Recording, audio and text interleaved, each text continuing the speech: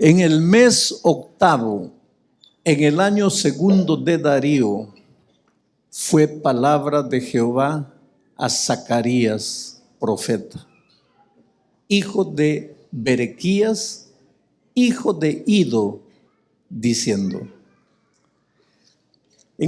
Solo en ese primer versículo ya hay tanto mensaje. Ahora tú me puedes decir, pero ¿cuál es? Deja en el versículo 1, por favor. Deja en el primer versículo. ¿Qué mensaje podemos aprender de él? Mira, en el mes octavo, en el año segundo de Darío, fue palabra de Jehová a Zacarías, el profeta. Ahora, ustedes saben qué significa Zacarías en hebreo, porque vuelvo a repetir, todos estos hombres del Antiguo Testamento hablaban hebreo, sus nombres eran nombres hebreos. ¿Qué significa Zacarías en hebreo? El Señor se acuerda, el Señor se acuerda. Eso es lo que significa. Si le pones a tu hijo Zacarías, le estás colocando de nombre, el Señor se acuerda. El Señor no olvida, el Señor siempre tiene presente, el Señor se acuerda. Fue la palabra de Jehová a Zacarías, profeta, hijo de Berequías. ¿Qué quiere decir Berequías en hebreo? El Señor siempre bendice. El Señor siempre bendice. Y dice el texto, fue palabra de Jehová a Zacarías, profeta, hijo de Berequías, hijo de Ido. ¿Y qué quiere decir Ido en hebreo? El tiempo se cumplirá. El tiempo se cumplirá. Ahora, ¿cuál es el mensaje?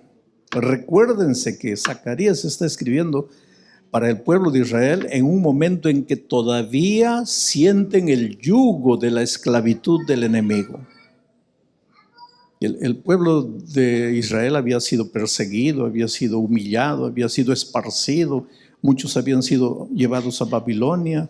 Ahora algunos habían regresado, no podían reconstruir el templo, estaban viviendo un momento difícil, una experiencia dolorosa. Y cuando las tormentas llegan a nuestra vida, generalmente pensamos que no hay salida, no hay solución. Generalmente pensamos que lo que nos está pasando es la consecuencia de lo que hemos hecho. El otro día yo estaba en Brasilia temprano manejando mi carro y un hombre chocó contra un poste y el hijito se golpeó, estaba sangrando y llegaron los bomberos para recoger al niño, pero el hombre pateaba el poste, se golpeaba, se daba un cabezazo contra y decía, yo soy el culpable, mi hijo no tiene la culpa. Señor, yo tengo la culpa, mis pecados. Es que el ser humano es así. El ser humano, cuando algo de malo le pasa, piensa, no, yo soy el culpable, Dios me está castigando. Pero Dios no trabaja de esa manera. El problema es que nosotros a veces tenemos ideas falsas de Dios. Dios no trabaja de esa manera. Pero el pueblo de Israel, pues, ahora en la esclavitud, en el exilio, pensaba, todo es castigo de nuestra. Y realmente, pues de alguna manera, la conducta de ellos los llevó. Se habían olvidado de Dios. Cuando te olvidas de Dios, cuando te separas de Dios. Yo siempre digo así, tienes que estar agarrado de Dios aunque estés sangrando, aunque estés herido, aunque hayas fracasado, aunque estés derrotado, agárrate de Dios, no te sueltes. El diablo te puede hacer lo que tú quieras, te puede tirar al suelo, puedes caer, pero no sueltes. Haz como la mujer, aquella mujer que estaba con flujo de sangre. No era digna, no merecía en aquel tiempo una mujer que estaba con flujo de sangre, no podía siquiera asomarse al templo, mucho más ahora acercarse al Señor Jesucristo. Pero esa mujer dijo, voy a tocar su vestido. Y la gente la botaba. No, sal de aquí. Pero ella, no, yo tengo que tocar. Ese es el asunto. Está bien, fracasaste, perdiste, caíste, pecaste. Eres un pobre ser humano que está peregrinando en el desierto de esta vida. Pero por más que te suceda lo que te suceda, no largues la iglesia, no largues a Jesucristo, no te vayas, no abandones todo. Aunque estés mal, agárrate. Agárrate del Señor Jesucristo. Pero el pueblo de Israel pues se sentía culpado, se sentía mal. Ahora mira cómo es maravilloso Dios. Le levanta al profeta Zacarías y solo el nombre del profeta Zacarías ya era un mensaje. Y en ese primer versículo que Zacarías escribe, ya hay un mensaje completo. ¿Cuál es el mensaje?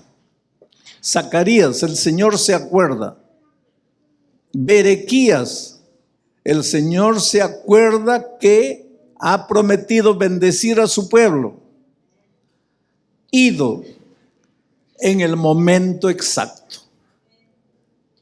Mira el mensaje poderoso en 3 nombres aparentemente simples. Yo te digo en el nombre de Jesús esta noche una cosa. El Señor se acuerda de las promesas de bendición que te ha dado en su palabra. Pero va a llegar el momento exacto para el cumplimiento de esas promesas. Hay muchos padres que me procuran con una preocupación. Mi hijo está fuera de la iglesia. Mi hijo no quiere saber nada de la iglesia. Mi hijo ha abandonado la fe. El otro día un padre me dice: pastor, usted hizo la presentación de mi niño cuando era pequeñito. Usted lo dedicó. Ese muchacho que usted dedicó, la semana pasada fue preso en la carretera en alta velocidad por la policía. Y llevaba en su maletera 20 kilos de cocaína. Y ojalá que mi hijo se hubiera entregado. Al verse preso, mató a un policía. Y ahí cayeron los otros policías. Literalmente casi lo mataron a golpes. Ahora está preso y si sale, va a pasar preso el resto de su vida. Y el hombre llorando me decía: pastor, mi hijo tiene 19 años. Que me lleven preso a mí, pero por favor no a mi hijo.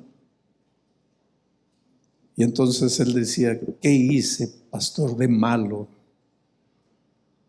Yo les enseñé, yo lo instruí, yo de pequeñito le contaba historias, le compraba CDs con música cristiana, se dormía escuchando eso. ¿Dónde fallé? ¿Por qué hoy día está lejos de la iglesia? ¿Por qué no quiere saber nada de Dios? Y muchos padres me preguntan eso: ¿qué hago con mi hijo? Hay 3 promesas en la Biblia que me gustan, y esta es promesa para padres. La primera es: instruye al niño en el camino en que debe andar, y aun cuando fuere viejo, no se olvidará. Segunda promesa: echa tu pan sobre las aguas, y después de muchos días lo encontrarás. Tercera promesa: mi palabra no volverá a mí vacía. Ahora yo te digo esta noche, Zacarías, ¿qué te estoy diciendo? Cuando te digo Zacarías, ¿qué te estoy diciendo? El Señor se acuerda de lo que te ha prometido. ¿Y qué te ha prometido? Berequías, que te va a bendecir, que tu hijo se va a acordar de lo que ha sido plantado en su corazón, que tu hijo va a regresar. ¿Y cuándo, pastor? Ido. ¿Y qué quiere decir ido? En el tiempo exacto. El problema es que nosotros no sabemos respetar el tiempo de Dios. Nosotros somos apresurados. Nosotros tenemos un sueño y queremos que se cumpla el sueño en el tiempo que queremos que se cumpla. Pero Dios tiene sus planes. Dios tiene sus planes. Y el plan del hombre no es el plan de Dios. Y Dios tiene su tiempo. ¿Pero por qué? Calma, espera. Ten paciencia, en su momento oportuno Dios te va a responder. Jacob tenía un sueño, casarse con Raquel, una mujer bonita. Pero cuando amaneció, se dio cuenta que no estaba casado con Raquel. Estaba casado con Lea. Y parece que Raquel era bonita y Lea era fea. No estaba casada con el sueño, estaba casado con la fea, con la realidad. Y tuvo que cargar su realidad 7 años para que el sueño se realizase. El problema nuestro es que no queremos vivir la realidad, queremos ya ir al sueño. Yo sueño con viajar a Japón, pero vive primero tu realidad, lava platos, lava baños. Es tu realidad fea, horrible, pero entonces tú quieres saltar al sueño, no quieres la realidad. Pero Dios tiene su tiempo y antes de darte el sueño, Dios te educa y el proceso de educación lleva tiempo.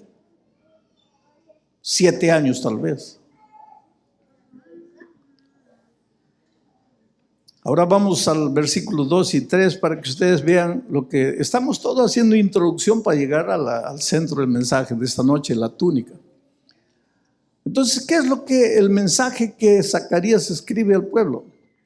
Enojóse Jehová con ira contra vuestros padres. Interesante que ese enojarse no es el enojarse nuestro. En realidad, en el original hebreo se leería: se entristeció, se resintió, se dolió. No es enojar, porque nosotros pues entendemos el enojo y se lo atribuimos a Dios proyectando nuestro enojo. Nuestro enojo no es el enojo de Dios. ¿Cómo es nuestro enojo? El hijito está corriendo ahí en la sala y tú estás trabajando. Hijito, para. Y él sigue corriendo y tú trabajas. Hijito, por favor, para. Y él sigue corriendo. Hijo, ya te dije que pares. Y él sigue corriendo, hace caer un vaso, un florero de vidrio. ¿Y ahí qué pasa? Sacas la correa y pa. Ese es el enojo humano. Pero tú puedes imaginar y creer que Dios es así. Dios es Dios. Este enojo es humano, es pecaminoso. Entonces, cuando la Biblia dice enojo, en el hebreo, en realidad es el sentido, el problema es el vocabulario, pues enojo.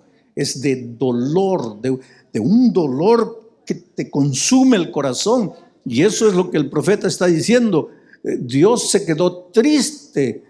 Se quedó triste por lo que hicieron vuestros padres. Está triste, está dolorido, pero sigue pasando.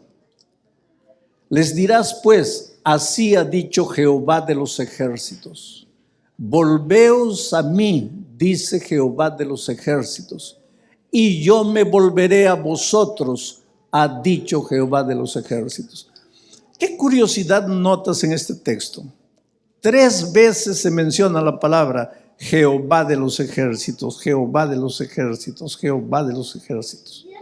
Para enfatizar una cosa, un deseo divino. ¿Cuál es el deseo divino? ¿Qué es lo que Dios quiere? Vuélvete a mí, regresa. ¿Y por qué regresa? Porque te has ido, porque estás lejos. ¿Y por qué te quiere traer de nuevo? Porque cuando estás lejos, Él no sufre porque te has ido. Él sufre porque tú sufres cuando estás lejos de Él. Porque el ser humano solo puede ser realizado y feliz cuando está en Jesús. Cuando te separas de Él, sufres.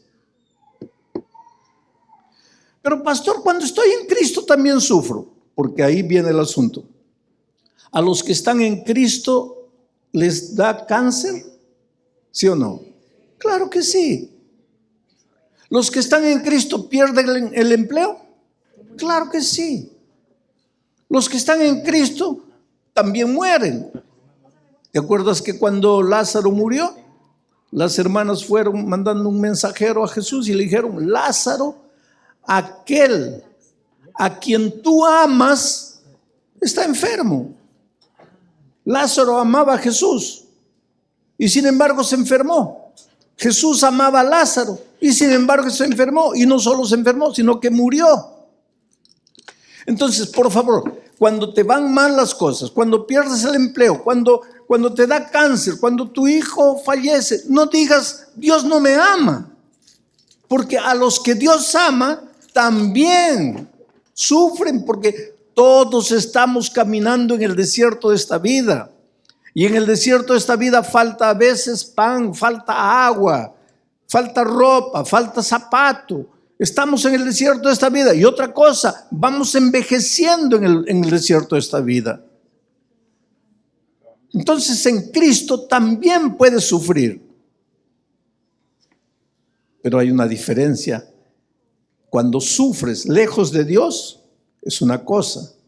Cuando sufres en Jesucristo es otra cosa. ¿Cuál es la diferencia? La esperanza. El que está lejos de Dios sufre y no sabe qué hacer, enloquece, se desespera, agarra un revólver, se da un tiro. Y el que está en Jesús también puede sufrir, porque estamos en este mundo. Solo cuando Cristo venga se acabará el sufrimiento. Pero cuando estamos en Cristo hay esperanza y sabemos que este dolor va a pasar. Esta tristeza va a llegar al fin. Mi matrimonio se deshizo, pero Dios va a corregir las cosas de una manera que yo no veo. Mi hijo murió, estoy sufriendo, pero este dolor va a pasar. He perdido el empleo, yo sé, pero tal vez Dios tiene para mí un empleo mejor. Esa esperanza solo la puede tener quien está en Cristo. Entonces, ¿por qué Dios te llama a Él? ¿Para que no sufras? No. Te llama para que no te desesperes. Porque lejos de Él, el sufrimiento te consume, te acaba, te destruye por completo. Por eso, en este versículo se repite 3 veces la invitación: volver, volver, volver, ven. Necesitas regresar a Jesús esta noche, necesitas devolverte a Él, necesitas entregarle tu corazón. Algunos necesitan volver, otros nunca han venido a Jesucristo. Tú puedes estar en la iglesia y lejos de Dios. Vuelvo a repetir: ve a Jesús, agárrate de Jesús, aunque estés herido, aunque estés sangrando, agárrate de Jesús. Ahora, con esta introducción de Zacarías, vamos al texto que es el centro del mensaje de esta noche. Y eso está ya en el capítulo 3, a partir del versículo 1. Voy a leer ahora sí toda la historia. Dice así: y mostróme a Josué. Zacarías está relatando, contando lo que pasó. Y dice que el Señor en la visión le mostró a Josué. Solo que este Josué no es el Josué que llevó a Israel a la conquista de la tierra prometida. No es ese Josué. Este es Josué el sacerdote, otro. Era un sumo sacerdote en los tiempos de Zacarías. Dice: y mostróme a Josué, el gran sacerdote, el cual estaba delante del ángel de Jehová. Y Satán estaba a su mano derecha para serle adversario. Y dijo Jehová a Satán: Jehová te reprenda, oh Satán. Jehová, que ha escogido a Jerusalén, te reprenda. ¿No es este, refiriéndose al sacerdote Josué, tizón arrebatado del incendio? Y Josué estaba vestido de vestimentas viles y estaba delante del ángel. Y habló el ángel e intimó a los que estaban delante de sí, diciendo: quitadle esas vestimentas viles.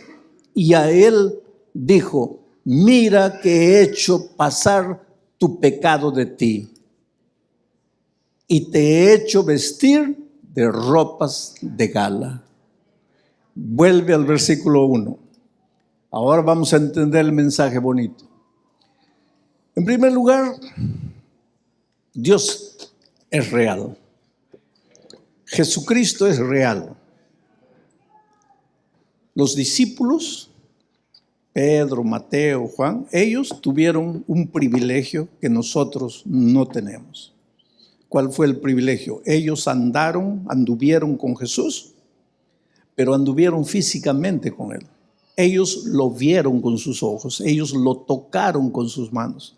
Recuérdate que Juan recostó la cabeza en el corazón de Jesucristo. ¿Ya pensaste tú si tuvieras tú la oportunidad de recostar la cabeza en el corazón de Jesucristo? Pues Juan tuvo. Los discípulos tuvieron una experiencia que nadie tuvo en la historia. Porque los hombres del Antiguo Testamento, como Enoc, dice la Biblia, caminó Enoc con Dios y Dios se lo llevó. Enoc caminó con Dios. Pero ¿cómo caminó si no podía verlo? Si no podía tocarlo? Si no podía oírlo? Pero caminó con Dios. ¿Cómo? Por la fe. A través de la oración, de recibir la palabra en su corazón y de testificar del amor de Dios. Él caminó. Los discípulos caminaron cuerpo a cuerpo. Pero nosotros hoy ya no podemos caminar con Jesús cuerpo a cuerpo. Pero podemos caminar con Jesús como caminaron los del Antiguo Testamento, por la fe. Es decir, cuando tú todos los días conversas con Dios a través de la oración, cuando tú todos los días recibes la palabra de Dios en tu corazón y cuando tú buscas a una persona para traerla a Jesucristo, estás caminando con Jesús. Entonces Jesús es real. Aunque tú no lo veas, aunque tú no lo toques, Él puede ser real en tu experiencia, en tu vida. Pero así como hay un Dios real, un Jesucristo real, un Espíritu Santo real, hay un Satanás real también. Porque hay mucha gente que piensa que Satanás es una mala influencia, que Satanás es una historia, una fábula, una leyenda, una fuerza mala. Pero la Biblia explica categóricamente que Satanás existe, es real.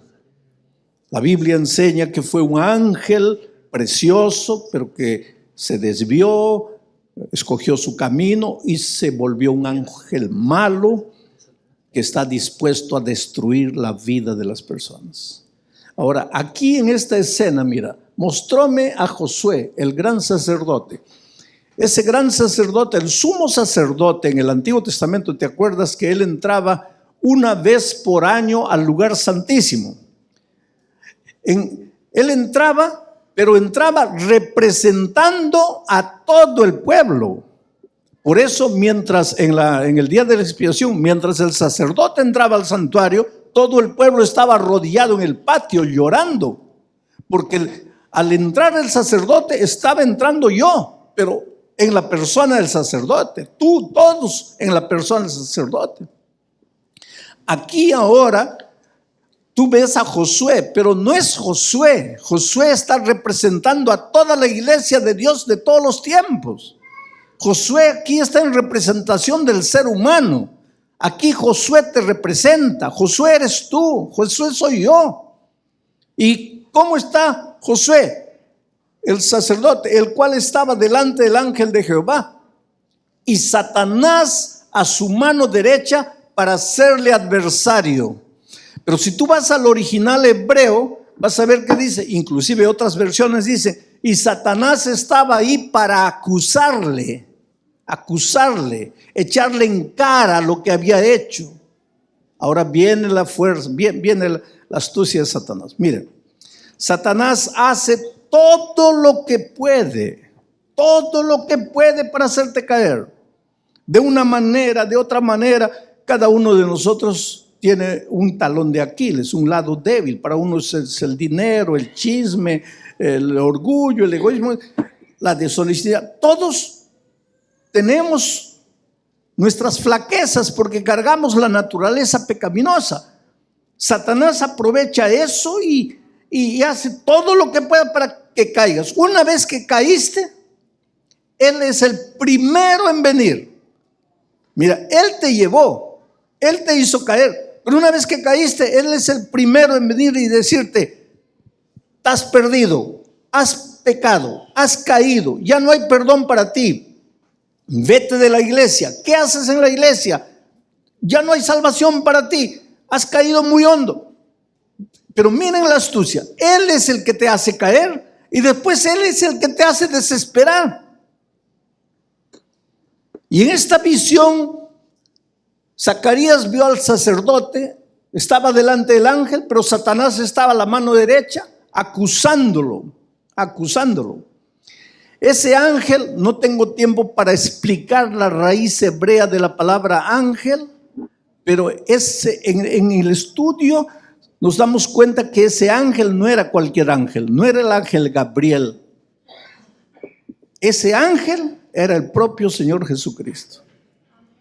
Entonces ahí está Jesucristo y aquí está Satanás a la mano derecha y tú en el suelo. Pecado, has caído, has pecado. Tu conciencia te está destruyendo y para remate el diablo. No solo acusándote a ti, diciendo estás perdido, no vales para nada, eres un hipócrita, un mentiroso, sino que diciéndole a Jesús: ¿por qué estás sufriendo por este? ¿Por qué quieres salvarlo? ¿Por qué tienes paciencia con este? Este es un miserable, este no merece perdón. Hay dos cosas que tienes que aprender. Cuando el diablo te habla a ti acerca de Dios, te miente, porque te hace pensar que Dios es un Dios castigador, tirano, abusivo. Pero cuando el diablo le habla a Dios acerca de ti, dice la verdad. Porque todo lo que él dice, realmente hemos hecho. Y porque hemos hecho, merecemos la muerte. Porque la Biblia dice que la paga del pecado es la muerte. Esta es la escena. Jesucristo de un lado, nosotros en el suelo. Y no solo en el suelo, sino vestidos de inmundicia. Mira, pasa el siguiente versículo. Y dijo Jehová a Satán: Jehová te reprenda, oh Satán. Jehová, que ha escogido a Jerusalén, te reprenda. ¿No es este tizón arrebatado del incendio? Pasa. Y Josué estaba vestido de vestimentas viles, sucias, y estaba delante del ángel. Aquí está la situación de este pobre ser humano pecador. Soy yo. Herido, sangrando, he pecado, he caído, he fallado. Estoy vestido de trapo de inmundicia, porque todo lo que yo haga queriendo hacer bien es trapo de inmundicia. Estoy desnudo, semidesnudo, ridículo, perdido, destruido, acabado. Y como si eso fuera poco, el diablo que me llevó para allá, el primero en echarme la cara, en decir que no valgo, que estoy perdido, que estoy acabado. Y Jesucristo del otro lado. Ahora viene Jesucristo. Y le dice al diablo: todo lo que tú dices respecto de él es verdad. ¿Tú crees que yo no sé? Yo sé todo, yo veo todo. Eso que tú estás hablando de él es verdad. Pero hay algo que tú no sabes. Este hombre ha confiado en mí. Y aunque ha caído y ha caído feo, mira lo que voy a hacer. Y Jesús arranca la ropa inmunda del hombre, agarra su blanco manto de justicia y lo viste de ropa real, ropa de rey, ropa de príncipe. Y esta noche yo quiero decirte una cosa, querido. No importa lo que hayas hecho, no importa cómo hayas vivido, no importa cuán hondo hayas caído, merecemos la muerte. Todos nosotros merecemos la muerte. Pero si crees en el Señor Jesucristo, El Señor Jesucristo recoge tus ropas inmundas y te cubre de una ropa real.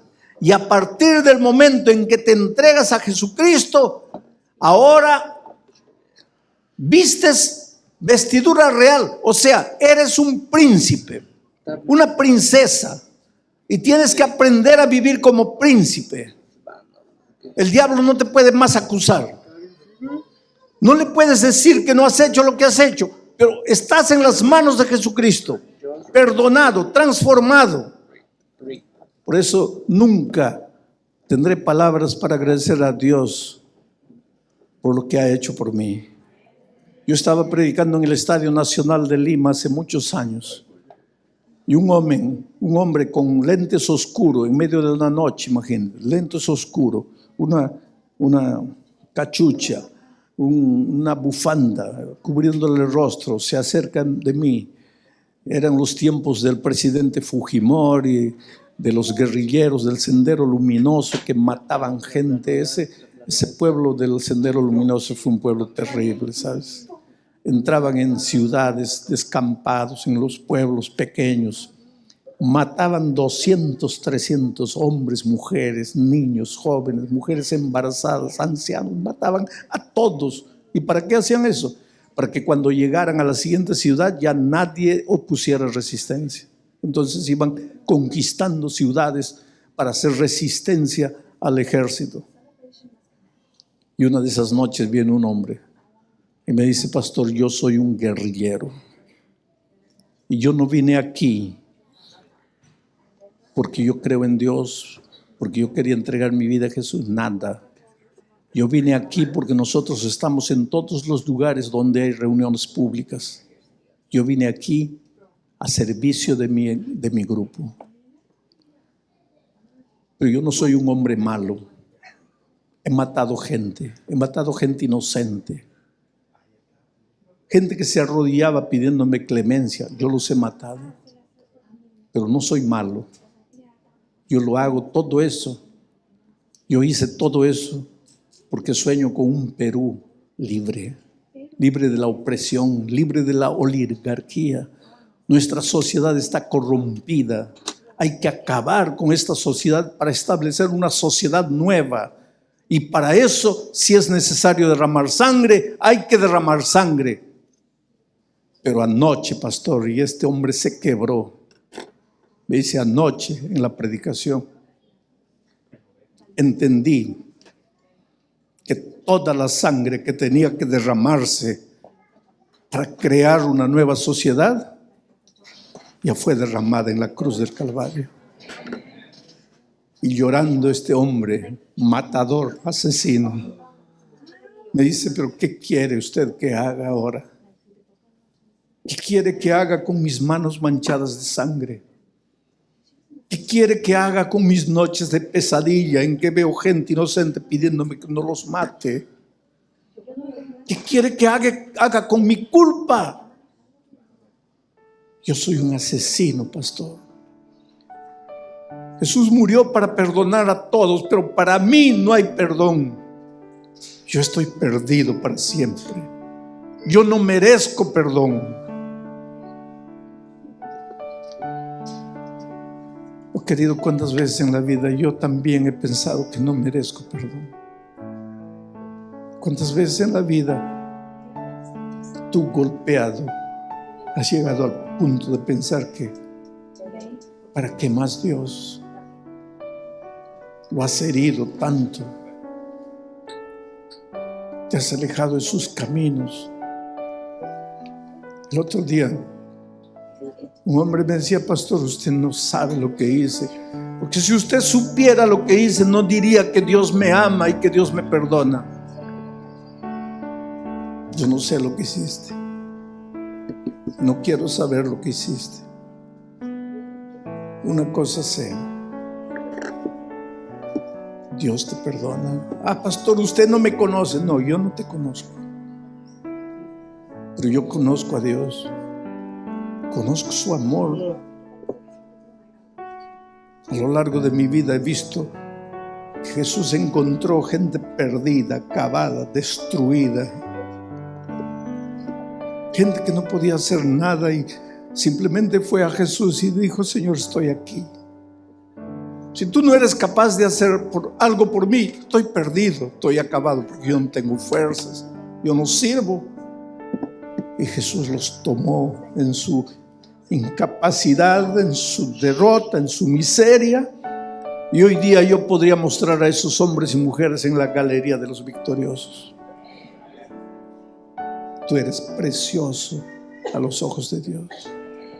Él está dispuesto a hacer maravillas en tu vida, pero no lo va a hacer por la fuerza, jamás.